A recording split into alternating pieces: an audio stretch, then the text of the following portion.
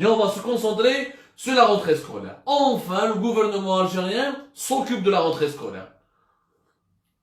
Enfin, il y a un plan pour préparer la rentrée scolaire. Enfin, est-ce que la rentrée scolaire sera préparée ou non? Donc, en tout cas, il y a eu une annonce. Parce que la rentrée scolaire, il fallait qu'il y ait la pression.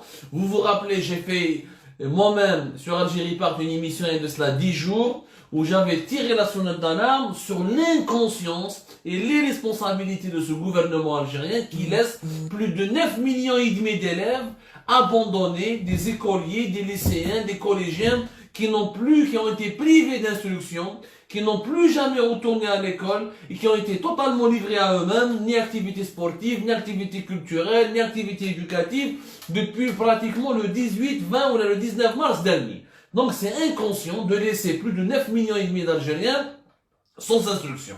Il faut savoir que tout retard scolaire ou tout retard au niveau de l'instruction scolaire, pour un élève, il peut coûter, selon une étude de l'UNESCO qui est vraiment une organisation internationale très respectable et qui est très spécialisée dans tout ce qui est le monde de l'éducation et de la culture.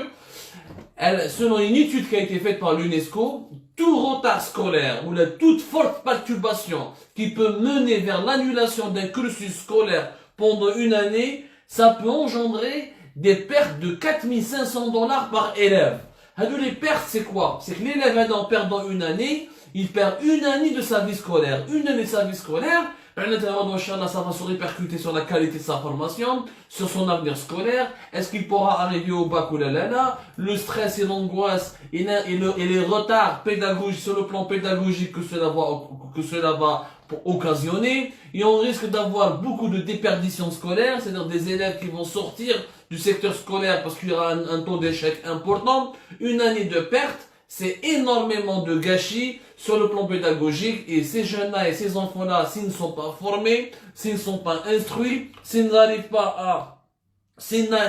vont pas arriver à décrocher des diplômes, et ça veut dire qu'ils n'auront pas beaucoup de chance pour avoir un niveau de qualification professionnelle, et donc, par ricochet, ils ne pourront pas accéder à des postes d'emploi qualifiés, et par conséquent, ils subiront le chômage et la misère sociale dans un pays ou dans une société de manière beaucoup plus directe et beaucoup plus facile. Donc, annuler des cours, ça a un impact économique, ça a un impact éducatif sur l'avenir d'un enfant. Ce n'est pas du n'importe quoi. Malheureusement, cette menace a été prise très à la légère.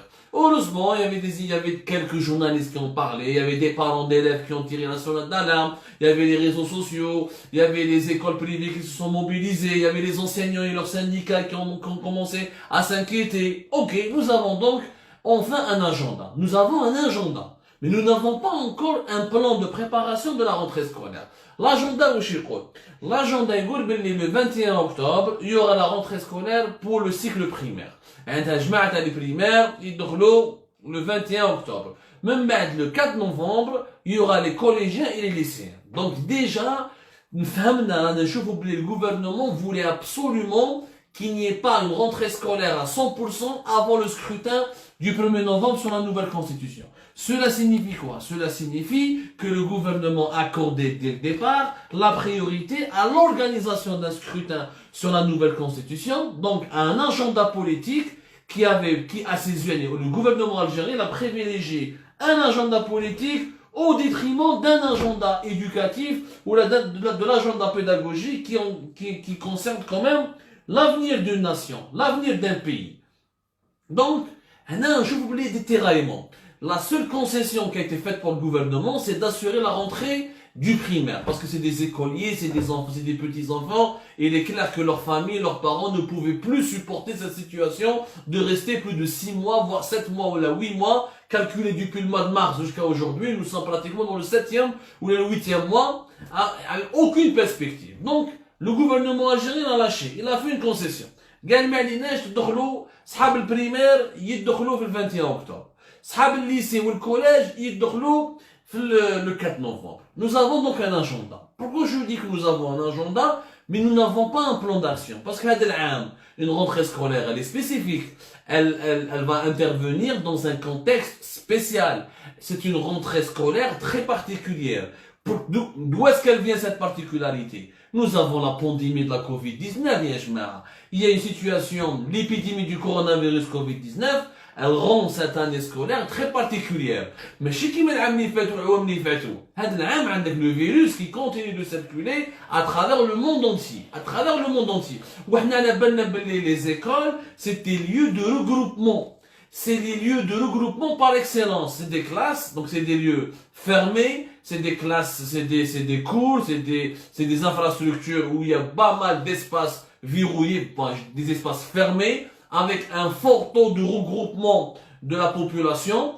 Et là, ça peut permettre une contamination et ça peut accélérer la circulation du virus et ça peut faire augmenter le taux de contamination au sein des écoles. Et si les enfants sont plus ou moins protégés du virus et plus ou moins protégés contre les dégâts sur la santé humaine du virus ou la désinfection à la Covid-19, mais quand je veux si l'enseignant est contaminé, il peut contaminer sa famille. Si l'enfant est contaminé, il peut contaminer ses parents, ses grands-parents. Ou alors nous aurons une chaîne de transmission du virus qui peut avoir un impact énormissime sur toute la santé publique du pays, de la société. En Europe, effectivement, il y a des écoles qui ont fermé, il y a des écoliers qui ont contaminé leurs grands-parents et ces grands-parents se sont retrouvés dans les services de réanimation et que même dans les pays développés, la gestion sanitaire au sein des écoles, elle est très complexe à mener. Mais pourtant, le débat scientifique, il a été tranché. Depuis le 20 août exactement, l'OMS et l'UNESCO, l'Organisation mondiale de la santé et l'UNESCO, l'organisation internationale consacrée à la culture et à l'éducation, à la culture et à l'éducation, le 20 août, ils ont déclaré à partir du 20 août, on ne peut pas empêcher, notamment dans les pays africains, que les écoliers reviennent aux écoles. Il n'est pas question d'utiliser le virus pour supprimer l'année scolaire, pour annuler l'année scolaire. Malgré le danger sanitaire, il faut maintenir les écoles en vie. Il faut que les écoles se poursuivent. Il faut que l'activité scolaire reprenne. Il faut que l'instruction continue parce qu'il s'agit de l'avenir de plusieurs générations. Donc, le débat scientifique, il a été clôturé. L'OMS et l'UNESCO, l'Organisation des Nations Unies pour l'éducation, la science et la culture, et l'OMS, l'Organisation mondiale de la santé. Attends des consignes qui sont très claires. Notamment pour les pays africains. Parce que les pays africains, c'est les pays qui ont le moins de moyens financiers, le moins de moyens scientifiques et logistiques pour s'équiper avec une politique de dépistage très importante. Alors, je rappelle l'UNESCO ou l'OMS. Qu'il faut juste uniquement, on peut revenir à l'école, on peut continuer à enseigner, juste uniquement en observant, je dis bien et je le redis, en observant quelques consignes sanitaires. L'utilisation du gel hydroalcoolique, le savon, de l'eau, le gel hydroalcoolique, l'utilisation du savon, il faut que ces outils soient à l'entrée de l'école. Et dans toutes les écoles, le port du masque doit être obligatoire pour certaines catégories, pour certains âges. Alors, on a un débat scientifique qui n'est pas clôturé. Non, le port du masque, il est obligatoire dès l'âge de 10 ans ou là 11 ans. On le réserve uniquement pour les adolescents, c'est-à-dire pour les lycéens. Ça change et ça diverge d'un pays à un autre, d'un médecin, d'un spécialiste à un autre, d'un épidémiologiste à un autre. Le débat n'est pas complètement clôturé. Par contre, la désinfection des salles de cours, la désinfection des objets fréquemment utilisés dans les écoles, la désinfection des équipements scolaires et surtout le respect de la distanciation. Il faut qu'il y ait une distanciation d'au moins 1 mètre entre les tables des classes. C'est-à-dire entre l'enseignant, l'estrade, le tableau d'un enseignant et les tables de chaque élève, il faut qu'il y ait minimum 1 mètre. Ça, c'est important de le respecter. L'OMS voulait que si on respecte cette règle, Malheureusement, en Algérie, le Conseil des ministres qui s'est tenu aujourd'hui, fait le communiqué final, il ne parle pas des consignes sanitaires qui ont été réclamées par l'OMS et par les spécialistes de l'OMS, c'est-à-dire le consensus scientifique, parce qu'avec l'OMS, pratiquement les épidémiologistes les plus sérieux travaillent aujourd'hui avec l'OMS. Le communiqué final du Conseil des ministres algériens, il dit qu'il y a deux mesures sanitaires qui ont été préconisées. Un, le port du masque obligatoire pour les lycéens, pas pour les collégiens et les primaires. Ok, ça peut se comprendre. Mais même si moi je me pose la question, est-ce qu'un collégien ne devrait pas porter le masque? Mais les neiges, ça je peux le comprendre. Désinfection des salles et de toutes les écoles 72 heures avant la rentrée scolaire. C'est les deux mesures les uniquement الحكومة الجزائرية. اليوم انا نحكي لكم على la rencontre du Conseil des ministres qui s'est déroulée aujourd'hui même. C'est uniquement ces deux mesures. Le reste, rien n'a été précisé, rien n'a été donné, alors que les mesures sanitaires qui devraient s'appliquer dans les écoles sont beaucoup plus vastes que cela. Aucune orientation concernant la distanciation, concernant la surcharge scolaire et concernant surtout la fourniture du gel hydraulique, des outils de lavage de mains, des orientations, de la sensibilisation. Est-ce que les lycéens devront porter les masques? Est-ce qu'il y aura une distribution gratuite de ces masques?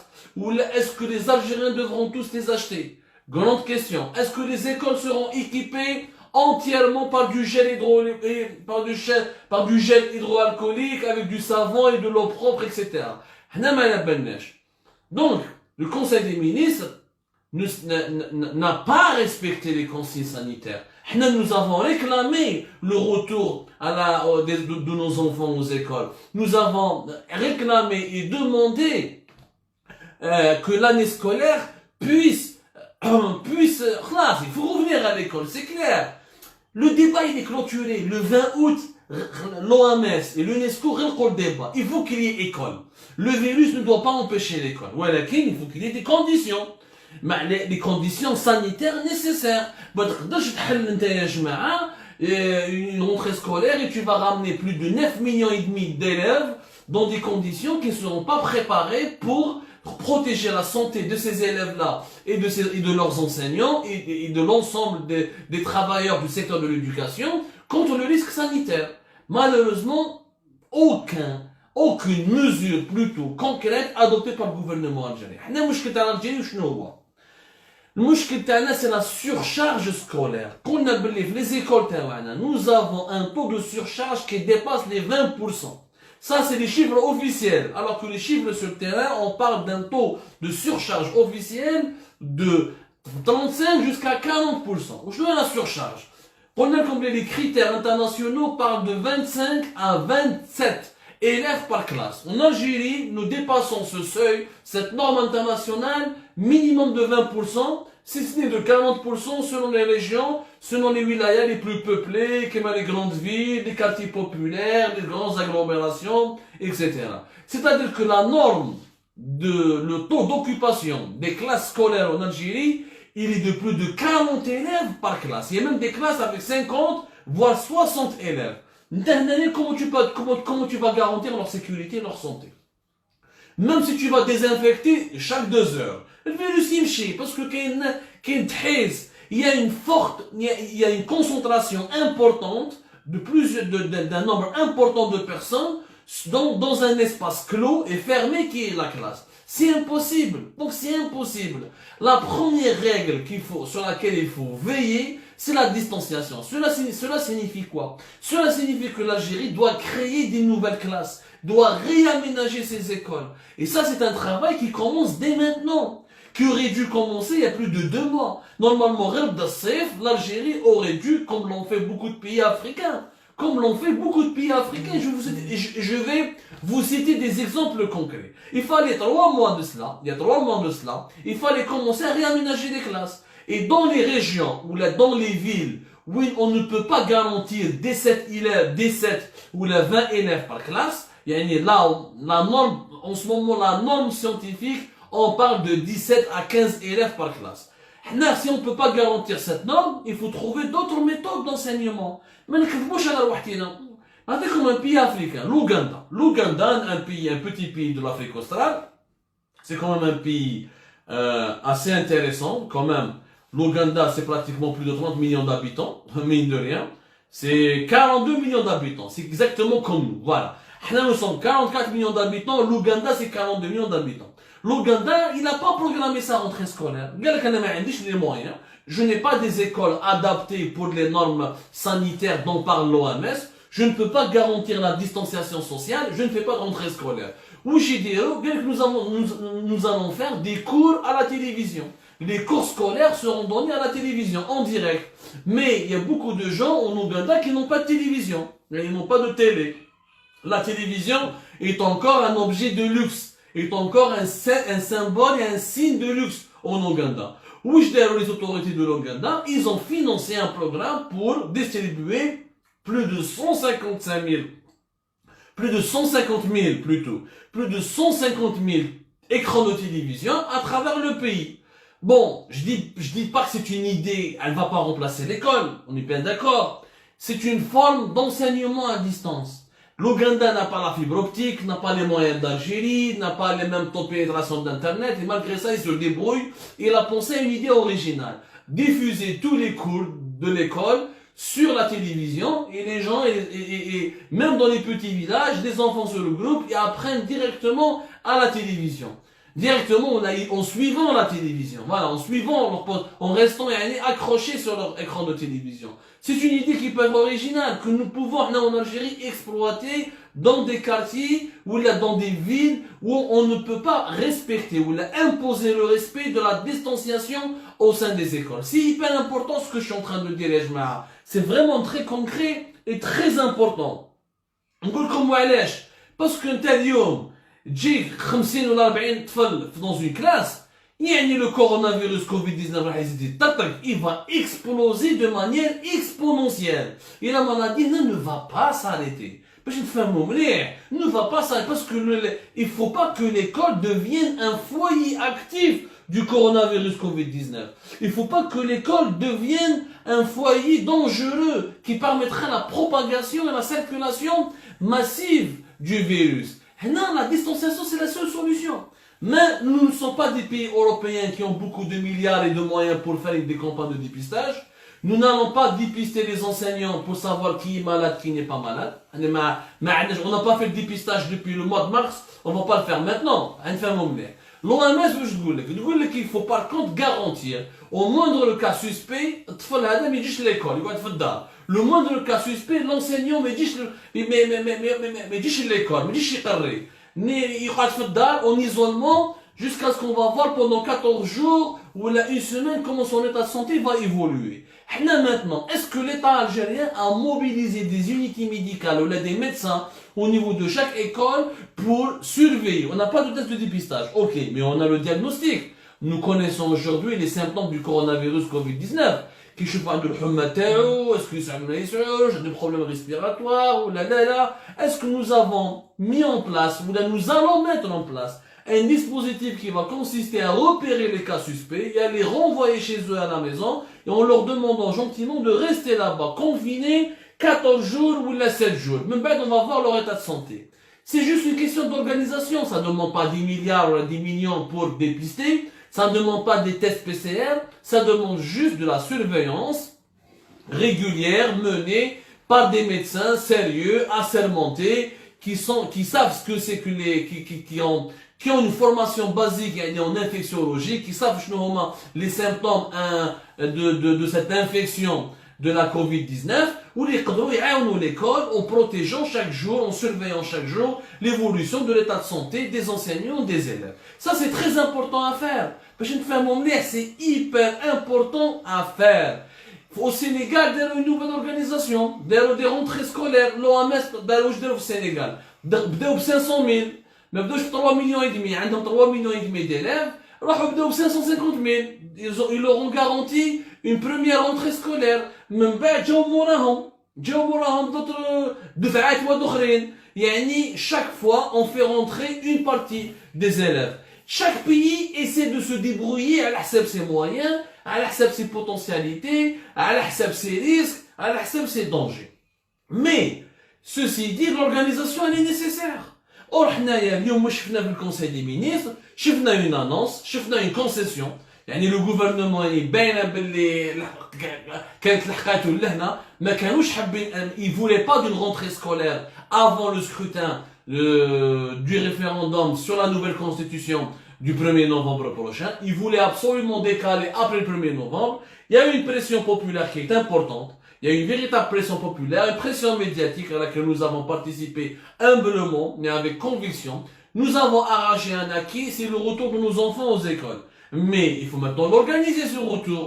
On va pas jeter les enfants et les enfants, ou les collégiens, ou les lycéens, ou les enseignants dans la gueule du loup. Mais j'entends ارقام يا جماعه لازم تعرفوا باللي la rentrée scolaire en Algérie, c'est important. Nous sommes un pays de 44 millions d'habitants. Nous allons avoir 9 millions et demi d'élèves. Nous avons pratiquement chaque année 155 000 nouveaux élèves. Rien que dans le primaire. Nous avons 426 primaires. Nous avons, non, plus exactement. Nous avons 749 000 fonctionnaires au niveau de l'éducation nationale. 749 000 fonctionnaires. Les 749 000 fonctionnaires, c'est des adultes. C'est pas des enfants, dans des personnes âgées, dans des personnes fragiles, dans des malades chroniques, dans des personnes qui sont très fragiles ou susceptibles d'attraper le virus de manière beaucoup plus facile. Nous avons plus de 27 000 établissements scolaires en Algérie. هادو les 27 000 établissements scolaires, هادو les 949 000, يعني تقول 950 000 fonctionnaires, هادو les 9 millions et demi d'élèves, il faut les gérer. Il faut pouvoir gérer la situation pour qu'il n'y ait pas une explosion de la situation sanitaire. Ou c'est pas la peine de تكذب. ما تجيش نقعدوا في الكذب. ما كاينش الكورونا. حنا كاع على بالنا ولي زالجيريان كاع على بالنا بيناتنا باللي les chiffres du ministère de la santé sont totalement incorrects, sont pas vrais, sont pas fiables et que le virus continue de circuler dans notre pays. Dans tous les pays méditerranéens, le virus circule de manière active. Donc il n'est pas question, il n'est pas possible qu'en Algérie le virus soit mort. S'il n'est pas mort au Maroc, n'est pas mort en Tunisie, s'il n'a pas disparu en Espagne ou là, en France ou là en Italie, il va pas disparaître par enchantement en Algérie. Nous n'avons ni vaccin, ni antidote, ni rien du tout. Donc, الأرقام الرسمية, c'est pas la peine de نخمو فيهم. C'est pas la peine de نهضروا عليهم. Maintenant, il y a une urgence. Le 21 octobre, c'est demain. شحال رانا اليوم يا جماعة؟ اليوم رانا déjà le 4 octobre. Demain, c'est le 5 octobre. Le 21 octobre, c'est dans même pas 20 jours. Si dans 20 jours, tu espères, quand j'ai dit tu, je parle du gouvernement algérien, je parle des membres du gouvernement algérien, s'ils espèrent gérer la rentrée scolaire avec uniquement une désinfection des sièges, ou là des bureaux, ou là des équipements scolaires, ou là des salles, ou là des écoles, 72 heures avant la rentrée, et uniquement avec le port du masque obligatoire pour les lycéens, ça ne va pas suffire. Ça ne va pas suffire. Et on va même vers un suicide collectif. Et on va même vers un suicide collectif qui va aggraver la situation. Et qui va même engendrer, une explosion sanitaire. Ça sera une bombe sanitaire. وما تقولوناش ما قلنا لكمش كيما قلنا لكم في الحباس les prisons c'est des espaces clos, c'est des espaces fermés qui vont ou là qui peuvent se transformer en un vecteur important et en un vecteur dangereux de la propagation du coronavirus Covid-19, ce qui s'est avéré d'ailleurs vrai puisqu'il y a eu des morts et beaucoup de morts au sein des prisons. On en a entendu parler de certains, mais on n'a pas parlé de d'autres. Faute de dépistage, faute d'enquête épidémiologique, c'est le même risque qui risque de se passer avec nos écoles. Sauf que si nous avons 90 000 prisonniers, là nous avons 9 millions et demi d'écoliers. Et nous avons encore une fois 750 000 fonctionnaires. C'est une question d'organisation. Ce virus, on peut le vaincre, on peut pas le vaincre peut-être maintenant. On peut juste le maîtriser, juste en étant organisé. Or, l'organisation, c'est pas le point fort des autorités algériennes. Et l'organisation, elle est importante. Mais si avec deux mesures, port du masque pour les lycéens, désinfecter les écoles et les établissements scolaires pour tout le monde, qu'on va garantir la rentrée scolaire. Quand on parle d'un protocole sanitaire, il faut l'expliquer. Parce qu'il y a des parents qui ont peur pour leurs enfants. Tu as des enseignants. Ensuite, si l'angoisse va s'installer, les écoles les médjouches, les parents les enseignants vont démissionner, les surveillants vont disparaître. Et là, on va saboter l'année scolaire. On va vraiment la saboter. Et là, ce que je propose, 3 mesures concrètes et très faciles. 1. Instaurer l'enseignement scolaire, l'enseignement à distance. Je dis bien instaurer l'enseignement à distance dans les wilayas, les villes, les agglomérations où on ne peut pas imposer le respect de la norme de 17 élèves par classe.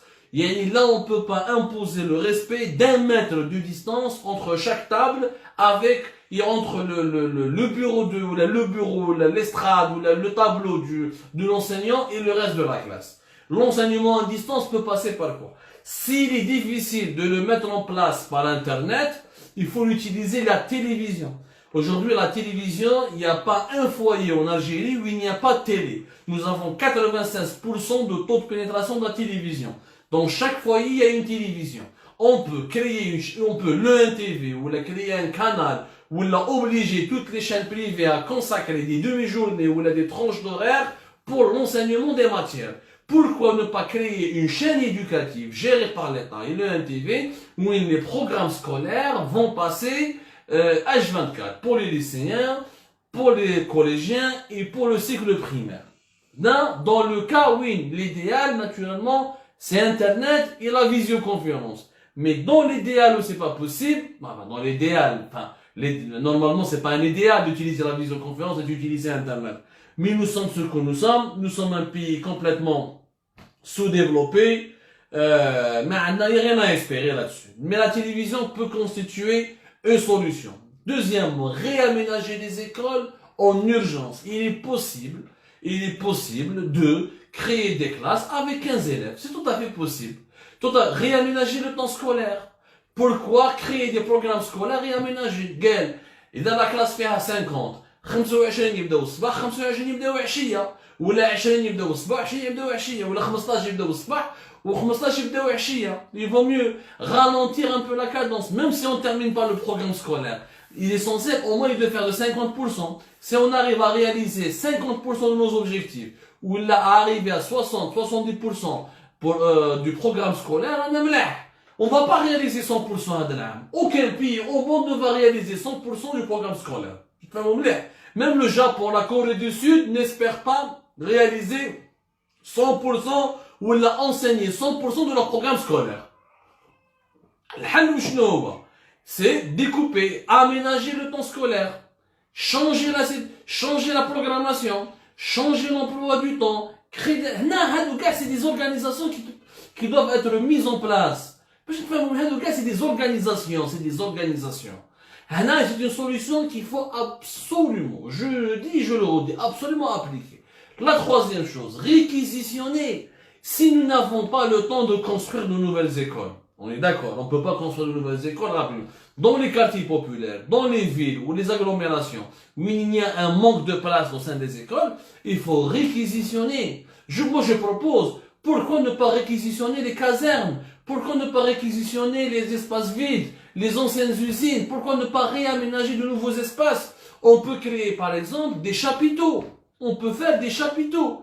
Par exemple, il y a des régions, qui même le sud algérien, il y a des régions où il fait beau, il fait chaud encore. Sur un chapiteau, il y a des régions du nord où il continue à faire beau. Il y a même des chapiteaux qui tiennent face à la pluie. Pourquoi ne pas créer des chapiteaux pour désengorger les écoles taouanas, lutter contre la surcharge scolaire et créer de nouveaux espaces pédagogiques qui permettront d'accueillir beaucoup moins d'écoliers. Au lieu d'avoir 40, 50, 60, je ne peux pas construire des écoles. C'est très cher de faire du préfabriqué. C'est très cher de construire des écoles neuves. Et on a un temps record. Mais faire des chapiteaux, c'est pas très cher. Le chapiteau ne coûte pas très cher. Et c'est une solution qui est possible, qui est imaginable. Naturellement, il faut recruter d'autres enseignants. Il faut mobiliser les enseignants. Il faut rappeler les retraités. C'est une bataille, Ajma. C'est une bataille que l'Algérie ne peut pas perdre. Tous les pays du monde sont en train de se mobiliser en ce moment pour sauver leur système éducatif. On peut accepter de perdre de l'argent. On peut accepter de ne pas de perdre des recettes fiscales. On peut accepter de perdre un peu de la croissance économique. Mais on ne peut pas accepter une défaite sur le plan éducatif.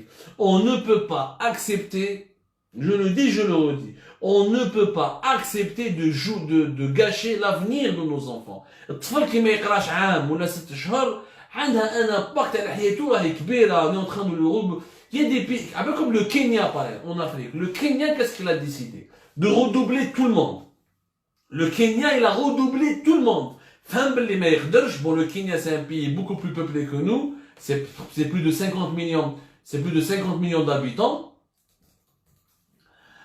C'est plus de 50 millions d'habitants. C'est 52 millions d'habitants plus exactement. شاف بلي ما عنده un quart عندهم بزاف les écoles privées. L'école publique au Kenya n'est pas aussi développée que l'école publique en Algérie. Chef qu'il y a tellement de difficultés, les inégalités, ils ont décidé de redoubler tout le monde. Mais tous les élèves kenyans ont perdu une année pour repartir sur de nouvelles bases. On peut pas se permettre. Le Kenya et l'Algérie, c'est deux situations différentes. Je ne sais pas. Je suis pas pédagogue, hein. Moi je fais de la recherche, je parle à des experts, j'essaye de réunir les compétences, de parler à des compétences qui sont dans ce secteur-là, pour essayer de comprendre. Maintenant, on doit éviter le gâchis scolaire, on doit l'éviter le gâchis scolaire, on doit vraiment l'éviter, parce que ça va avoir un impact social, et économique et politique, surtout les lycéens qui m'écrachent, le bac, etc. Ça va avoir un effet domino. Une année perdue, c'est énorme, compliqué, c'est vraiment compliqué. Vraiment compliqué pour rattraper ensuite le retard, pour calculer les taux de réussite, pour ensuite réactualiser les programmes scolaires, pour garantir les orientations scolaires, etc. À l'échelle d'un pays comme l'Algérie, une année perdue au niveau de l'école, c'est vraiment une catastrophe économique et sociale. Si l'UNESCO a estimé que en Afrique en général, c'est $4 500 de perte par élève, si l'année scolaire n'est pas, s'il y a un gâchis de l'année scolaire, si l'année scolaire n'est pas, si la rentrée scolaire ne se déroule pas comme il faut, $4 500 de perte par élève. Je vous laisse calculer, lorsque nous avons 9 500 000 d'élèves, je vous laisse calculer l'étendue des dégâts.